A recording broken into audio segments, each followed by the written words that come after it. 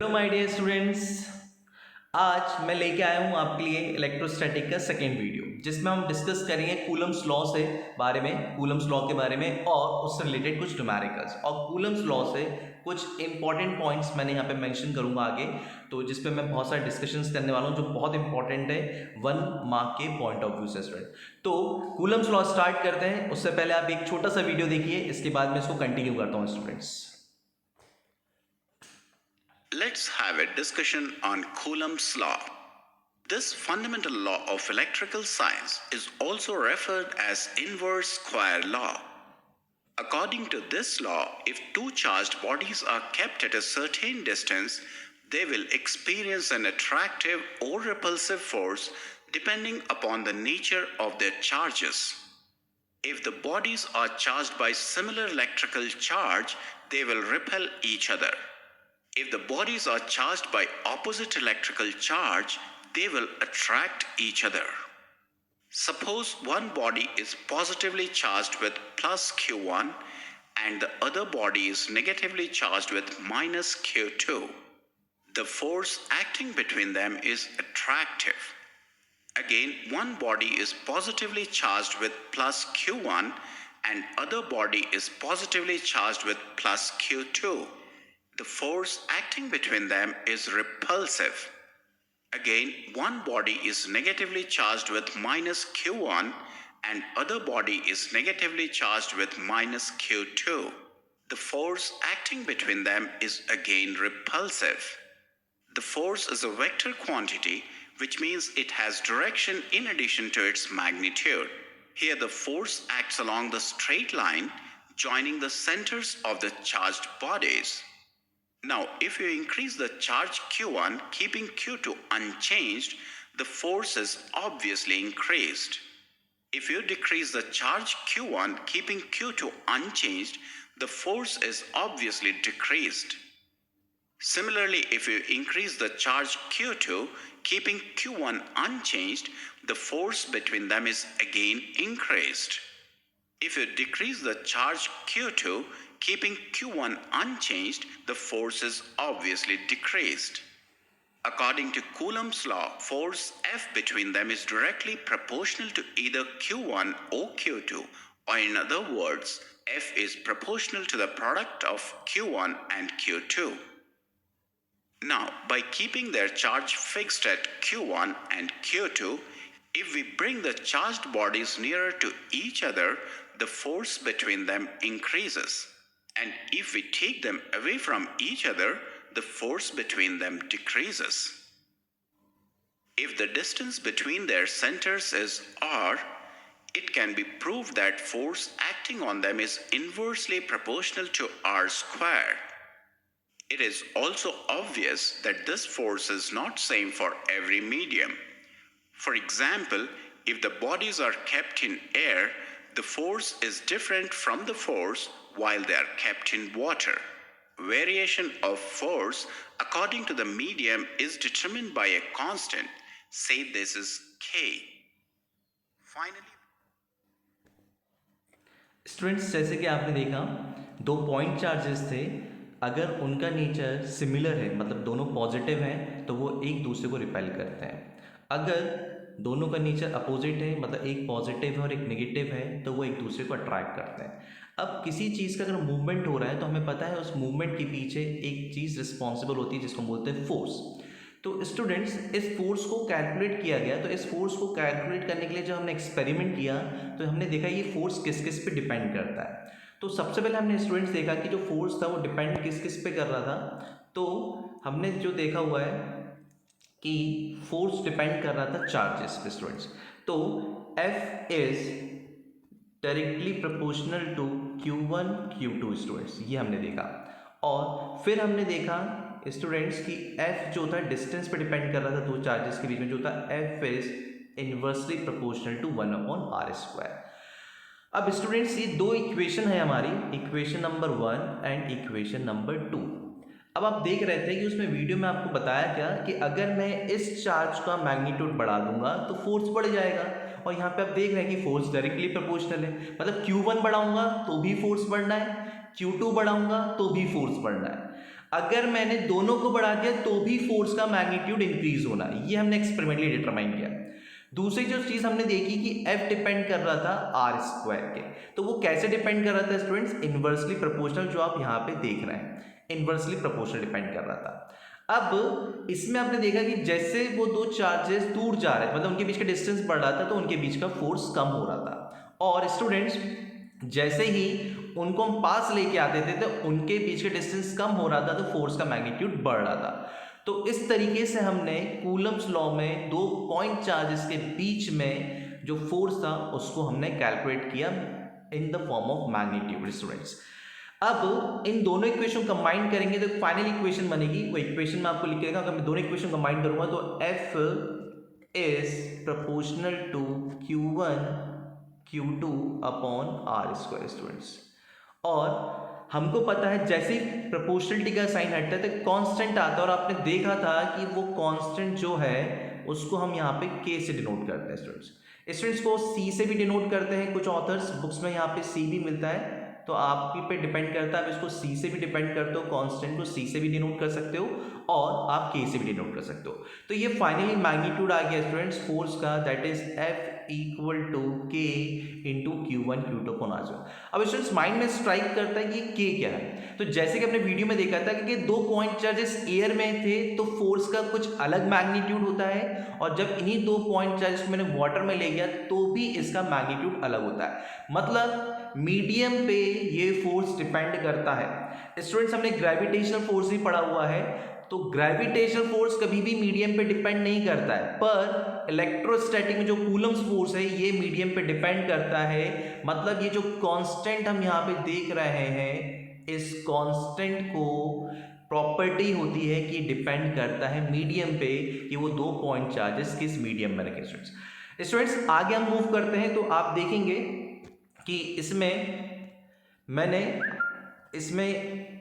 पूरा यहाँ पे लिखा हुआ है नोट्स के फॉर्म में कि कूलम्स लॉ की डेफिनेशन क्या है और ये डेरिवेशन। आप देख रहे होंगे कि यहाँ पे सिंबल C लिया हो, कांस्टेंट तुमने C से डिनोट किया है, तो ये मैं आपको बोल चुका हूँ, ये आप पे डिपेंड करता है। आप इसको C पे फॉर्म C लेना चाहते हैं या K लेना चाहते हैं, दोनों ही सही रहेगा, कोई भी गलत नहीं करेगा स्टूडेंट। तो कूलम्स लॉ का स्टेटमेंट क्या होता है students? The force of attraction और repulsion between two stationary point charges. Students मैं आपको एक चीज बताना चाह रहा हूँ, यहाँ पे बहुत इंपॉर्टेंट है। आप देखेंगे यहाँ पे लिखा हुआ है स्टेशनरी पॉइंट चार्जेस, ये बहुत इंपॉर्टेंट है स्टूडेंट्स, स्टेशनरी, क्योंकि कूलम्स लॉ की ये लिमिटेशन है। कूलम्स लॉ की लिमिटेशन है जो मैं डिस्कस करूंगा कि कूलम्स लॉ तभी एप्लीकेबल है जब चार्जेस रेस्ट में होते हैं और हम उसको पॉइंट कंसिडर करके चलते हैं, पॉइंट ऑब्जेक्ट की तरह कंसिडर करके चलते हैं स्टूडेंट। तो यहाँ पे लिखा हुआ है द फोर्स ऑफ अट्रैक्शन और repulsion between two stationary point charges is directly proportional to the product of charges and inversely proportional to the square of the distance between that. Students एक चीज और इंपॉर्टेंट बता रहा हूं कि जो force होगा ये फोर्स हमेशा स्टूडेंट्स कहाँ लगेगा? The force acting along the line joining the centre of two charges. मतलब अगर यहाँ पे ये दो चार्ज आपको दिख रहे हैं, ये दो चार्ज आपको यहाँ दिख रहे होंगे, तो ये सेंटर में लाइन है, तो यही फोर्स की डायरेक्शन होगी। अब फोर्स की डायरेक्शन भी यहाँ पे दो चीजें, क्योंकि यहाँ पे Q1 Q2 पे फोर्स लगा रहा है तो Q2 भी Q1 पे फोर्स लगाएगा स्टूडेंट्स। Q1 Q2 पे फोर्स अप्लाई कर रहा है तो Q2 भी Q1 पे फोर्स अप्लाई करेगा। तो उसको लिखने का तरीका सिंपल हैगा, अगर मैं इसको 1 मान के चल रहा हूँ और इसको 2 मान के चल रहा हूँ, जैसे कि आप देख रहे हैं कि यहाँ पे स्फीयर के अंदर Q1 रखा हुआ, Q1 और इस पे Q2। अगर मान लीजिए मेरे को 2 पे दिखना है तो ये मैं बोलूँगा this is force on 2/1, force on 2/1। और यहाँ पे ये फोर्स लगेगा एक और students, that is force on 1/2, force on 1/2। Students यहाँ पे फिर से अगर बता रहा हूँ आपको कि ये जो फोर्स लग रहा है और ये हमेशा स्टूडेंट्स कहाँ लगेगा? दोनों सेंटर को जो लाइन ज्वाइन करेगा उसी डायरेक्शन में लगेगा स्टूडेंट्स। तो ये हो जाएगा फोर्स ऑन 2, क्योंकि 2 पे लग रहा है और कौन लगा रहा है? 1, फोर्स ऑन 2/1। और इसी को जब मैं आगे लेके जाऊँगा तो ये हो जाएगा आपका फोर्स ऑन 1/2। ये वेक्टर फॉर्म में हम डिस्कस करेंगे, तो मैंने आपको छोटा सा हिंट दे दिया है कि जो फोर्स की डायरेक्शन होगी वो हमेशा कहाँ होगी, सेंटर के अलोंग ही होगी, क्योंकि न्यूमेरिकल में ये बहुत इंपॉर्टेंट है स्टूडेंट्स, क्योंकि जब हम न्यूमेरिकल डिस्कस करेंगे तो फोर्स की डायरेक्शन पता होगी, और फोर्स आप जानते हैं वेक्टर क्वांटिटी है, तो उस वेक्टर क्वांटिटी के अकॉर्डिंग हमको वेक्टर्स के रूल्स अप्लाई करना रहेंगे स्टूडेंट्स। तो यहाँ पे आप देख रहे हैं कि पहला स्टेटमेंट यहाँ पे F is directly Q1 Q2 लिखा हुआ है, ये इसका पूरा मैथमेटिकल फॉर्म है स्टूडेंट्स। तो जब भी एग्जाम में कूलम्स लॉ आता है तो आपको इसी फॉर्म में करके आना है पूरा। अब स्टूडेंट्स यहाँ पे K की एक वैल्यू होती है, अभी सिर्फ मैं K को ये मान के चल रहा हूँ कि अभी मेरे दोनों पॉइंट चार्जेस एयर में रखे हुए हैं, तो मैं पूरा भी डिस्कशन एयर पे करूँगा। इसके बाद हम जब इसको किसी अदर मीडियम में लेके जाएंगे तो उसके लिए मैंने एक सेपरेट वीडियो रेडी किया है जिसमें हम परमिटिविटी का कॉन्सेप्ट डिस्कस करेंगे, जो बहुत इंपॉर्टेंट है स्टूडेंट्स। तो अभी हम ये मान के चलते हैं कि एयर में ही दोनों पॉइंट चार्जेस रखे हैं, तो जब भी एयर में रखेंगे स्टूडेंट्स तो ये कांस्टेंट की वैल्यू K इक्वल टू होता है 1/4 pi epsilon not students, 1/4 pi epsilon not, ये आपको ध्यान रखना है। K की वैल्यू होगी 1/4 पाई एप्सिलॉन नॉट, जो कि आपको यहाँ पे दिख रही है। और इसको जब कैलकुलेट किया गया पूरा, तो इसको जब कैलकुलेट किया गया तो इसकी जो वैल्यू आती है स्टूडेंट दैट इज 9 इंटू 10 की पावर 9 स्टूडेंट्स, इसकी वैल्यू जो आएगी दैट इज 9 इंटू 10 की पावर 9 आएगी स्टूडेंट्स। तो जब भी मैं न्यूमेरिकल करूंगा तो वहां पे इस K की वैल्यू को हम डायरेक्ट पुट कर सकते हैं 9 इंटू 10 की पावर 9 न्यूमेरिकल्स के लिए। और जैसे ही मैं न्यूमेरिकल्स पे पहुंचता हूं तो आप देखना कि न्यूमेरिकल अप्रोच क्या होनी चाहिए, क्योंकि इसमें न्यूमेरिकल्स बहुत अच्छे आते हैं स्टूडेंट्स। अब इसमें एप्सिलॉन नॉट क्या होता है, मैं इस पर डिस्कशन करता हूँ स्टूडेंट। एप्सिलॉन नॉट जो होता है that is permittivity of free space और वैक्यूम, या फिर आप एयर भी बोल सकते हैं, परमिटिविटी ऑफ फ्री स्पेस और वैक्यूम, क्योंकि मैंने आपको पहले ही बोला है कि हम मान के चल रहे हैं कि अभी दोनों पॉइंट चार्जेस कहाँ पे रखें, एयर में। और परमिटिविटी क्या होता है ये मेरे नेक्स्ट वीडियो में आपको बहुत अच्छे से क्लियर हो जाएगी, परमिटिविटी एक्चुअल में होता है क्या है। तो स्टूडेंट्स कूलम्स लॉ के बारे में जो हमने डिस्कशन किया हुआ है, सबसे पहले कूलम्स लॉ का आपको फॉर्मूला क्लियर होना चाहिए कि F equal to K into Q1 into Q2 upon R square. आपको स्लाइड में C दिख रहा है, तो ये चॉइस आपकी है कि आप इसको C में भी डिनोट कर सकते हैं और K से भी डिनोट कर सकते हैं स्टूडेंट्स। अब दूसरी चीज स्टूडेंट्स कि यहाँ पे एप्सिलॉन नॉट की भी एक वैल्यू है जो वहाँ पे स्लाइड पे आपको दिख रही है 8.85 इंटू 10 की पावर -12, और साथ में उसमें आपको डायमेंशन और यूनिट्स आपको दिख रही है यहाँ पे that is coulomb square Newton पर मीटर स्क्वायर एप्सिलॉन नॉट का। और आपको मैं एक टास्क दे रहा हूँ कि आपको एप्सिलॉन नॉट का डायमेंशन फॉर्मूला कैलकुलेट करना है स्टूडेंट्स, आपको एप्सिलॉन नॉट का डायमेंशन निकालना है, और आप मेरे कमेंट सेक्शन में इसको मेंशन कर सकते हैं स्टूडेंट्स। अब इसके बाद हम आगे बढ़ते हैं कि कूलम्स लॉ में जब न्यूमेरिकल्स आएंगे तो वो किस तरीके से आते हैं स्टूडेंट्स। अब आप देख रहे हैं कि यहाँ पे मैंने डिस्कस किया है यूनिट ऑफ चार्ज को, कि चार्ज की यूनिट क्या होगी। आप देख रहे हैं फॉर्मूला लिखा हुआ है F equal to 1/4 pi epsilon naught Q1 Q2 upon R square. Epsilon naught मतलब अभी दोनों पॉइंट चार्जेस एयर में हैं, जब भी एप्सिलॉन नॉट दिखे आपको तो आप समझ जाना कि दोनों पॉइंट चार्जेस एयर में रखे हुए हैं। अब 1 कूलम को डिफाइन करने का तरीका क्या होगा, फोर्स के टर्म्स में 1 कूलम को हम कैसे डिफाइन करते हैं स्टूडेंट। तो हमने क्या करा हुआ है कि हमने फोर्स की वैल्यू ले ली है, हमने फोर्स की वैल्यू यहाँ मैं फॉर्मूले में देख रहे हैं आप लोग, यहाँ फॉर्मूला आपको दिख रहा होगा, तो इस फॉर्मूले में वैल्यूज पुट करना स्टार्ट कर रहा हूँ स्टूडेंट। तो एक आप देख रहे हैं कि यहाँ पे जब मैं फॉर्मूला लिखूंगा यहाँ पे, तो ये फॉर्मूले में यहाँ पे F की प्लेस में पुट कर रहा हूँ 9 इंटू 10 की पावर 9 न्यूटन स्टूडेंट्स। अब यहाँ पे आप देख रहे हैं कि ये K है, और 1/4 पाई एप्सिलॉन नॉट की वैल्यू आपको पता चलो कितनी होती है, 9 इंटू 10 की पावर 9 होती है।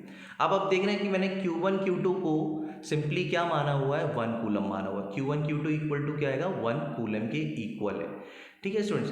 तो अगर मैं यहाँ पे ये आता ही है तो Q1 Q2 को मैं 1 कूलम मतलब Q1 Q2 को 1 कूलम आएगा, तो Q1 Q2 को हम लोग इक्वल मान के चल रहे हैं दैट इज Q। तो Q1 Q2 इक्वल टू हमने Q माना हुआ है स्टूडेंट्स।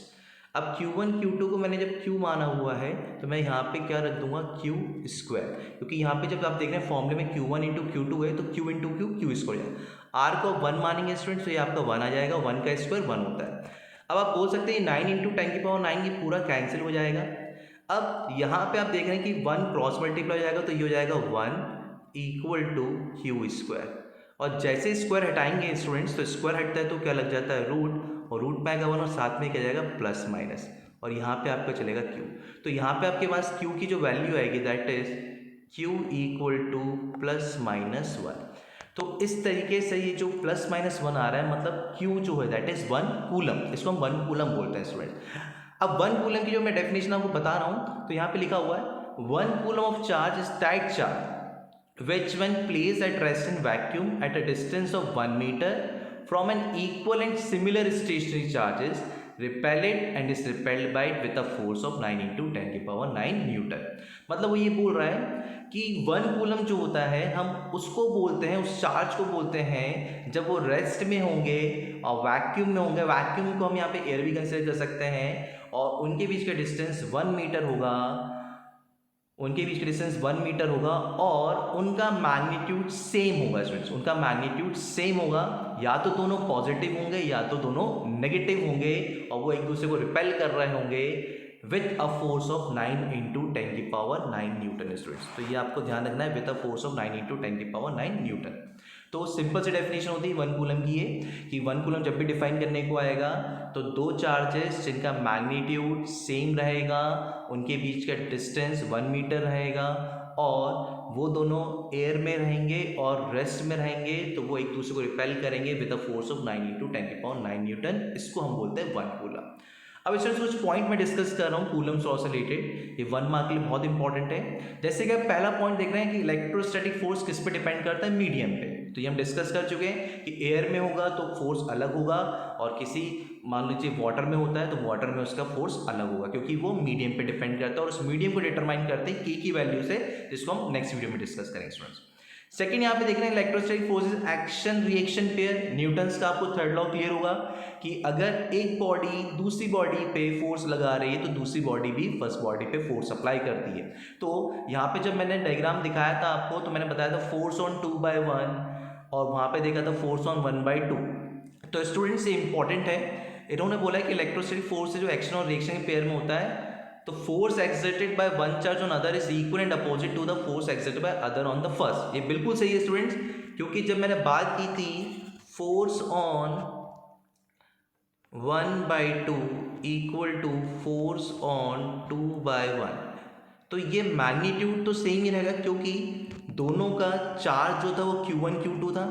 फोर्स सेम तभी होगा जब Q1 Q2 की वैल्यू सेम होगी, और मतलब Q1 और Q2 जो भी रहेगा, इस फोर्स में जो भी Q1 Q2 रहेगा और इस फोर्स में जो भी Q1 Q2 रहेगा वो सेम होना चाहिए, और उनके बीच का डिस्टेंस चेंज नहीं होना चाहिए। तो दोनों फोर्स का मैग्नीट्यूड सेम होता है। ये न्यूमेरिकल में बहुत हेल्प करेगा स्टूडेंट्स, क्योंकि हमें ट्रेस करना आना चाहिए। अगर मान लीजिए दो चार्जेस हैं और उनका जो भी मैग्नीट्यूड है और उनके बीच का जो भी डिस्टेंस है, तो वो फोर्स हमेशा सिमिलर होगा।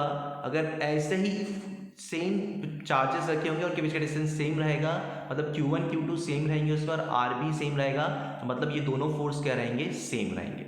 ये जब न्यूमेरिकल्स में बताऊंगा तो इस अप्रोच को मैं यूज़ करूंगा। तो अभी मतलब फोर्स क्योंकि डिपेंड ही कर रहा है Q1 Q2 और R पे, और मीडियम पे डिपेंड कर रहा है, तो न्यूमेरिकल में मीडियम चेंज आएगा तो वो हम समझ जाएंगे। पर जब भी एयर में बात होगी, तो एयर में अगर मान लीजिए अगर फॉर एग्जाम्पल बात करता हूँ कि ये दो चार्जेस रखे हैं, एक Q1 Q2 यहाँ रखा हुआ है और एक Q1 Q2 यहाँ रखा हुआ है स्टूडेंट्स।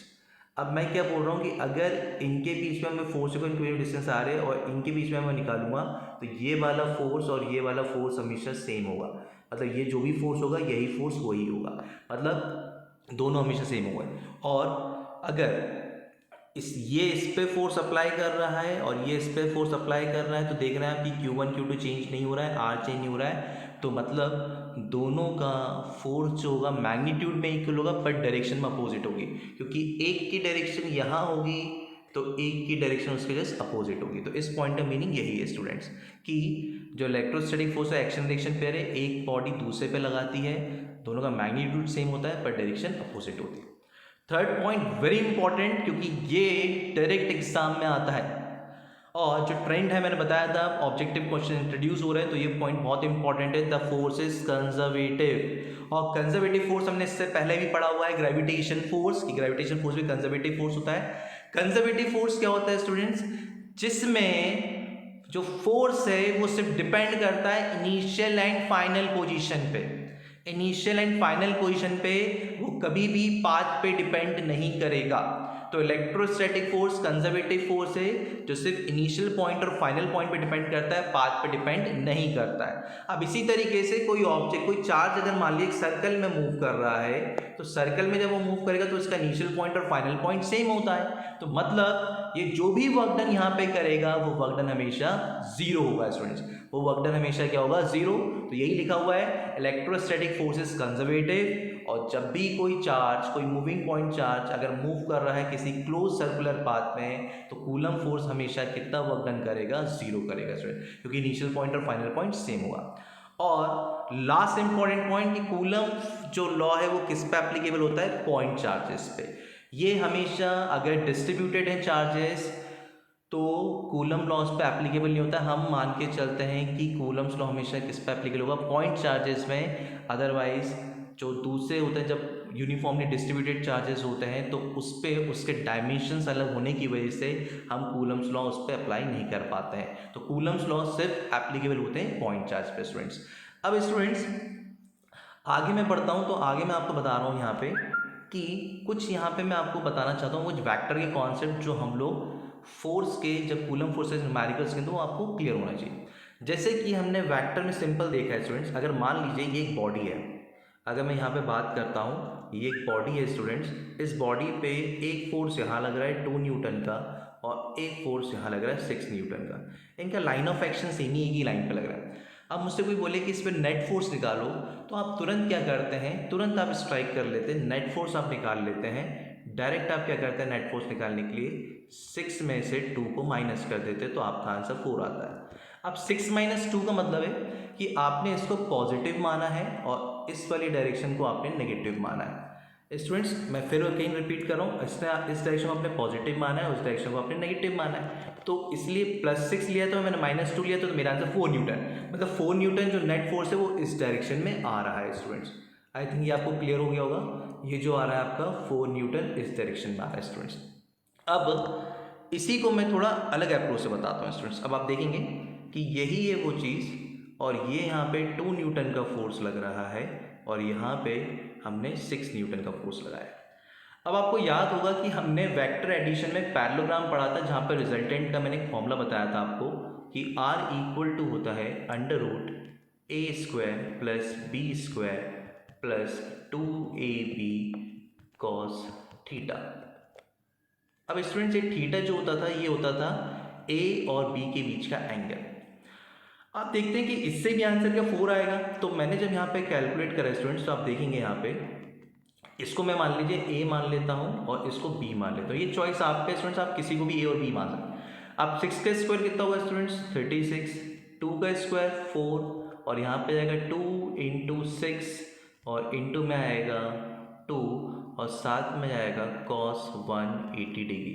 ये cos 180 डिग्री कैसे आ रहा है स्टूडेंट्स, cos 180 डिग्री कैसे आ रहा है, ये देखिए आप, क्योंकि एक फोर्स यहाँ पे लग रहा है और एक फोर्स यहाँ पे लग रहा है, इनके बीच में एंगल कितना बन जाएगा, ये 180 डिग्री।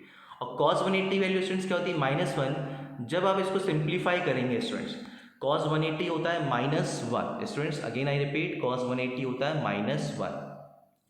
तो जब इसको हम सॉल्व करेंगे स्टूडेंट्स, तो इसका आंसर जो आएगा √16 आएगा, और √16 का रूट कितना होता है, 4। तो फाइनली आंसर वही आ रहा है। तो सर ये अप्रोच तो बहुत लंबी हो रही है, आपका ये कहना होगा, पर स्टूडेंट्स इसी का मेन मैं यूज़ करूँगा न्यूमेरिकल्स में। मैं आपको यहाँ पे एक सिंपल सा कॉन्सेप्ट बताना चाह रहा हूँ कि आप ध्यान रखना, अगर आपको बाय चांस कभी न्यूमेरिकल में फोर्स सेम लाइन में मिल जाए, तो आप इनको, अगर उनकी डायरेक्शन अपोजिट है तो डायरेक्ट आप माइनस कर सकते हैं। मान लीजिए ये F1 है और ये F2 है, तो आप इसका नेट फोर्स डायरेक्ट निकाल सकते हैं। किसी एक को आप पॉजिटिव मान लीजिए, अगर मैं इस डायरेक्शन को पॉजिटिव मानता हूँ, इस डायरेक्शन को पॉजिटिव मानता हूँ और इस डायरेक्शन को नेगेटिव मानता हूँ, तो मैं डायरेक्ट कर दूंगा F1 - F2। इसमें आप फ्री, आप F2 को भी पॉजिटिव ले सकते हैं स्टूडेंट्स, तो F2 - F1 हो जाएगा। फिर अगर स्टूडेंट्स दोनों फोर्स की डायरेक्शन, सेम है, मान लीजिए F1 भी यहाँ लग रहा है और F2 भी यहाँ लग रहा है, तो हम इसको डायरेक्ट क्या कर सकते हैं, ऐड कर सकते हैं। मतलब नेट फोर्स हम कैसे निकालेंगे, F1 + F2 स्टूडेंट्स, डायरेक्ट आप ऐड कर सकते हैं। स्टूडेंट्स अगर मान लीजिए कि किसी ट्राइंगल में मैं देख रहा हूँ कि एक जगह फोर्स की डायरेक्शन ये है और एक जगह फोर्स की डायरेक्शन ये है। अब मैं इसको डायरेक्ट ऐड नहीं कर पाऊंगा स्टूडेंट्स, क्योंकि इनका लाइन ऑफ एक्शन सेम है और इनके बीच में कुछ एंगल हैगा दैट इज थीटा। तो आपको न्यूमेरिकल में थीटा क्लियर होगा।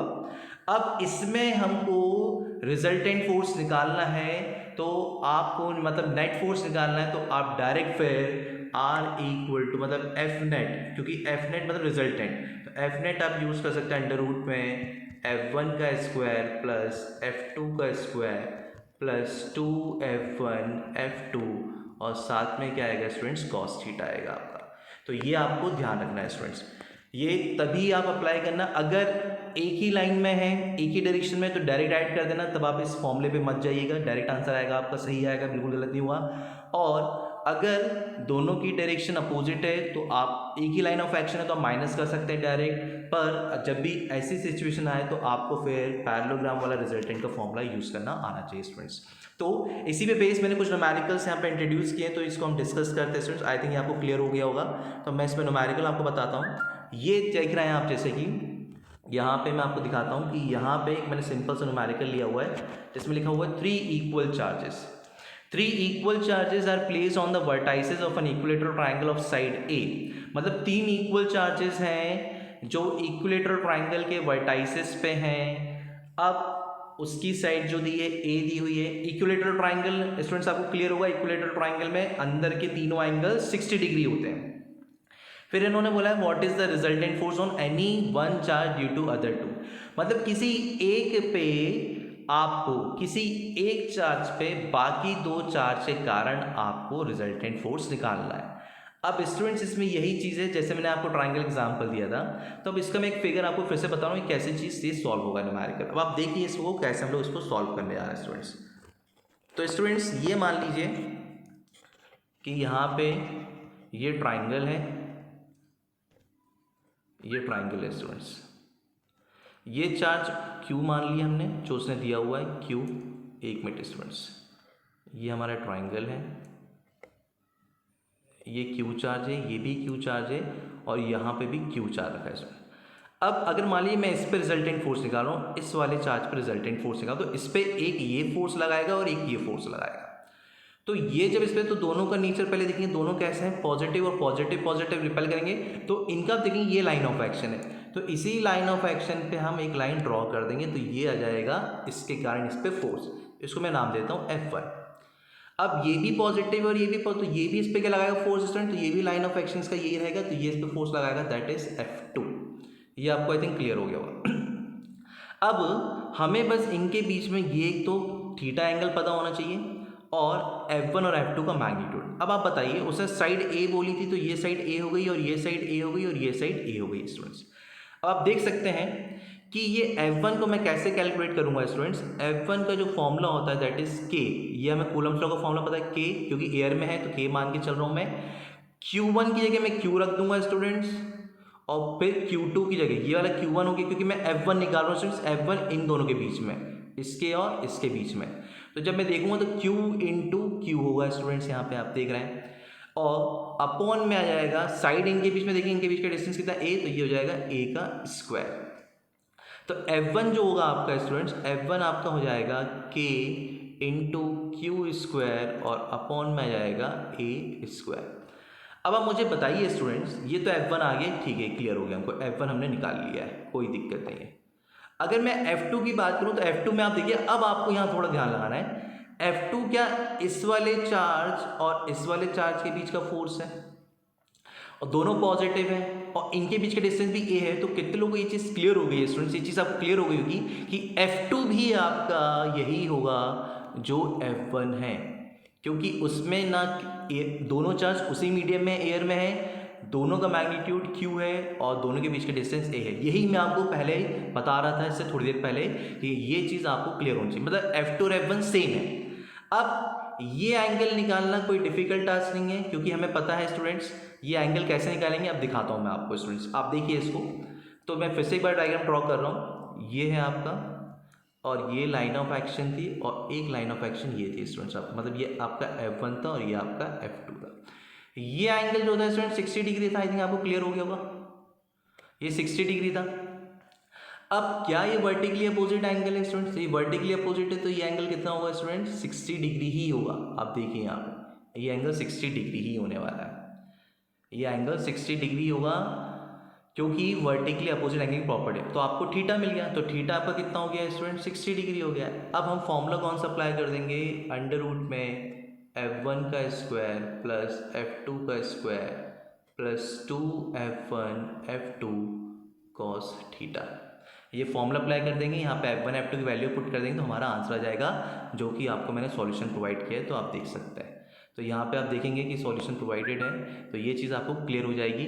अब इसमें आई थिंक आपको क्लियर हो गया होगा ये आंसर कैसे आएगा, तो आप इसको सॉल्व करिएगा, आपको चीज़ क्लियर हो जाएगी। एग्जाम्पल 2 आप खुद से करिएगा, और एनसीईआरटी के कुछ क्वेश्चन मैं आपको बता रहा हूँ जो आपको ट्राई करना है, जो आपसे बन जाएंगे आज के लेक्चर के बाद। एनसीईआरटी का आपको एक्सरसाइज का 1.1 करना है एंड 1.2 करना है स्टूडेंट्स।